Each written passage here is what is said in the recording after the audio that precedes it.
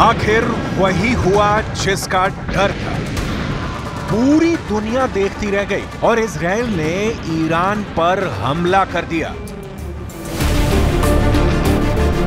यह हमला कितना भीषण था, इसकी डिटेल आनी अभी बाकी है, क्योंकि पश्चिमी मीडिया में ईरान पर हमले को लेकर अलग अलग रिपोर्ट छप रही हैं। अब तक जो साफ तस्वीर दिख रही है वो ये कि इजराइल ने ईरान पर हमला किया है।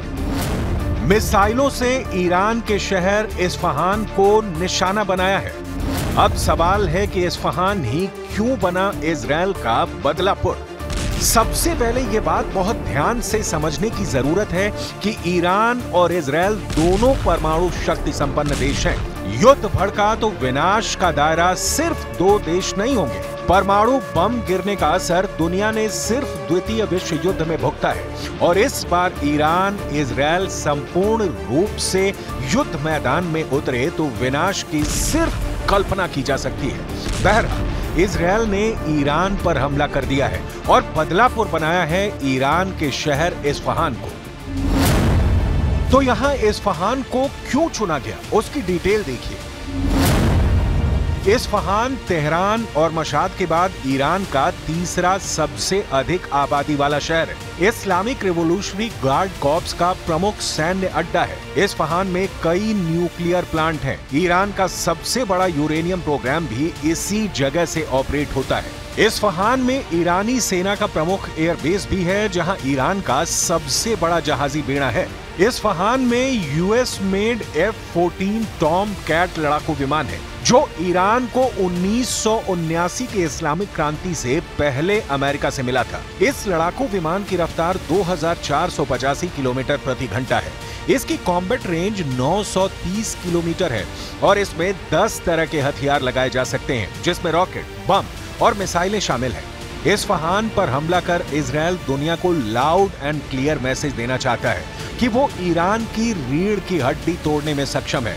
कई एक्सपर्ट ने पहले ही आशंका जताई थी कि नेतन्याहू ने ईरान के परमाणु कार्यक्रम को डिरेल करने का मन बना लिया है और इसके लिए सबसे आसान रास्ता इस्फहान शहर को टारगेट करना है। हमले के बाद ईरान ने कहा है कि इस्फहान के सारे न्यूक्लियर प्लांट सुरक्षित हैं।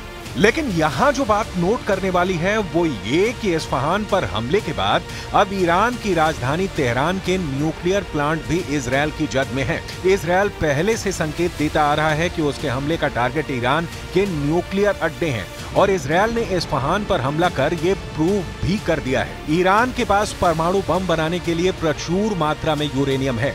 युद्ध की सूरत में ईरान इसका इस्तेमाल करने से गुरेज नहीं करेगा और यही बात अब सामने आ रही है कि ईरान को परमाणु बम बनाने से कोई नहीं रोक सकता। ईरान के पास सेल्फ डिफेंस का वास्ता देकर इसकी दलील भी अब तैयार है। ईरान के पास 3 अंडरग्राउंड यूरेनियम प्लांट्स हैं। ये प्लांट्स फोर्डो, नेटंज और कॉम में हैं।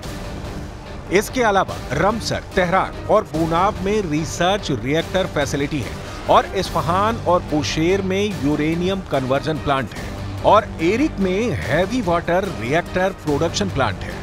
द सन की रिपोर्ट के मुताबिक इजराइल की ओर से लगातार हमले का डर ईरान के इस्लामिक रिवॉल्यूशनरी गार्ड कॉर्प्स के अफसरों में है। IRGC के एक सीनियर कमांडर ने कहा है कि ईरान की परमाणु सुविधाओं के खिलाफ हमले की इजरायली धमकियों की वजह से ईरान को अपने परमाणु सिद्धांत की समीक्षा करनी पड़ सकती है। ईरान ने कहा है कि उसका परमाणु कार्यक्रम पूरी तरह से शांतिपूर्ण उद्देश्यों के लिए है। ये बात बहुत पहले क्लियर हो चुकी है कि ईरान परमाणु शक्ति बनने की दहलीज पर है। एक्सपर्ट मानते हैं कि ईरान कम से कम 6 महीने में अपने किसी सीक्रेट जगह पर परमाणु बम बनाने में सक्षम है। जाहिर है, युद्ध की सूरत में ईरान के परमाणु बम बेस पर नहीं रहेंगे, बल्कि ईरान उनका इस्तेमाल कर सकता है। सवाल है, इस सूरत में इजराइल क्या करेगा? जाहिर है, कार्रवाई करेगा, क्योंकि उसके हाथ भी खाली नहीं है। अब आते हैं उस सवाल पर कि दोनों ओर से परमाणु बम चले तो विनाश किस स्केल पर होगा। दावा है कि ईरान में बम गिरते ही 3.5 लाख लोगों की मौत हो सकती है।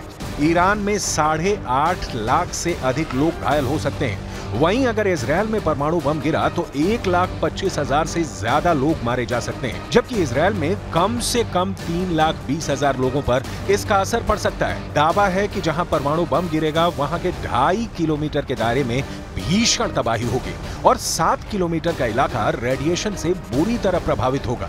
एटम बम की जहरीली हवा से लाखों लोग मरेंगे, लाखों जख्मी ही नहीं होंगे, आने वाली पीढ़ियां भी इसके असर से नहीं बच पाती। हिरोशिमा और नागासाकी में परमाणु बम का हमला इसका गवाह है।